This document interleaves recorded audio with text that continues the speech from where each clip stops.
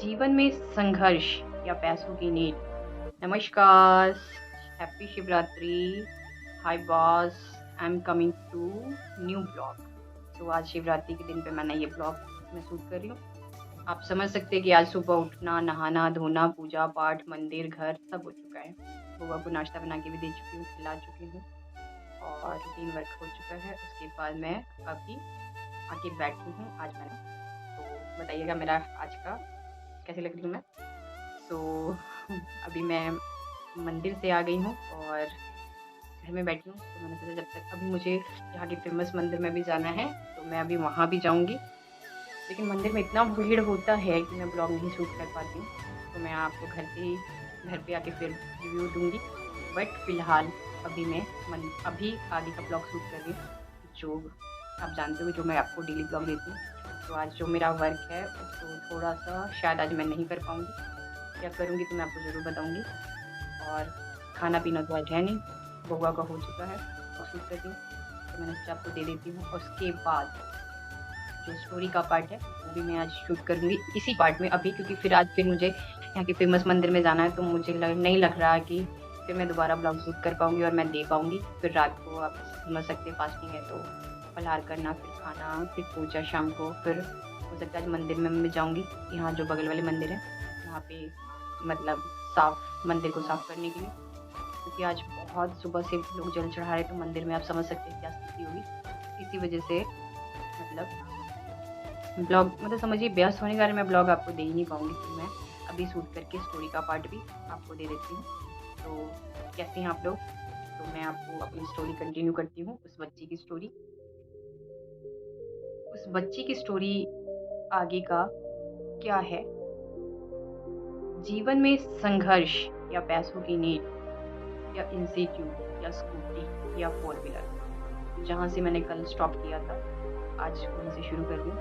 ये सब अचीवमेंट्स ऐसे नहीं मिल गई, ऐसे नहीं उसने पैसे कमाए। इंस्टीट्यूट से अच्छा खासा रन कर रही थी, कमा भी रही थी, लेकिन उसमें बहुत मेहनत था। सुबह 100 क्लॉक इंस्टीट्यूट खुल जाता था क्योंकि मॉर्निंग में स्टूडेंट्स बहुत थे, खासकर ट्यूशन्स के बीए एमए के बच्चे जो इंग्लिश पढ़ते थे। और साथ में मैंने 5 टीचर भी हायर कर रखे थे।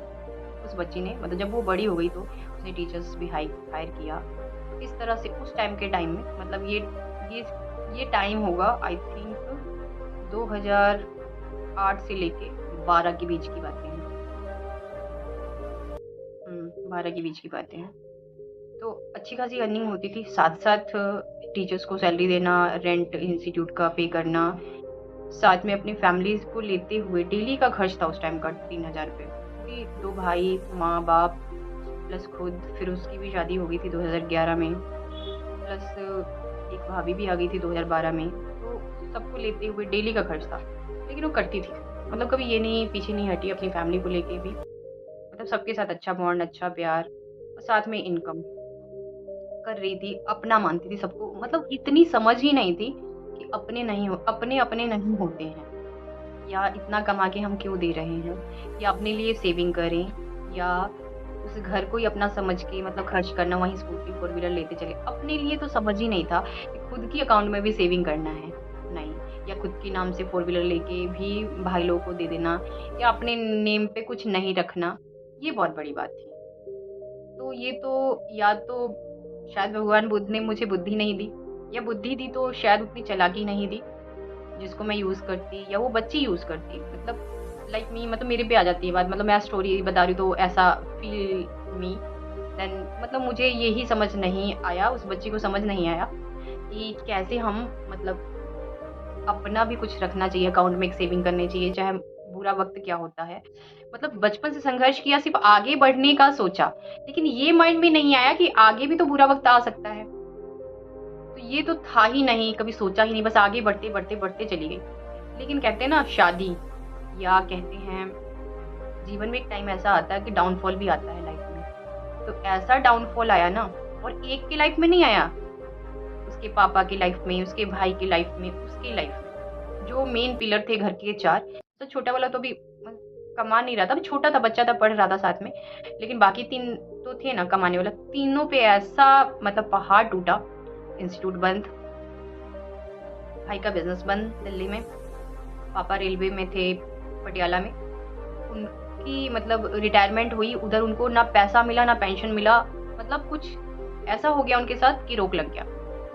सोच सकते हैं कि घर की स्थिति क्या हो गई होगी, या उस इंसान की, या उस फैमिली की, या उस बच्ची की।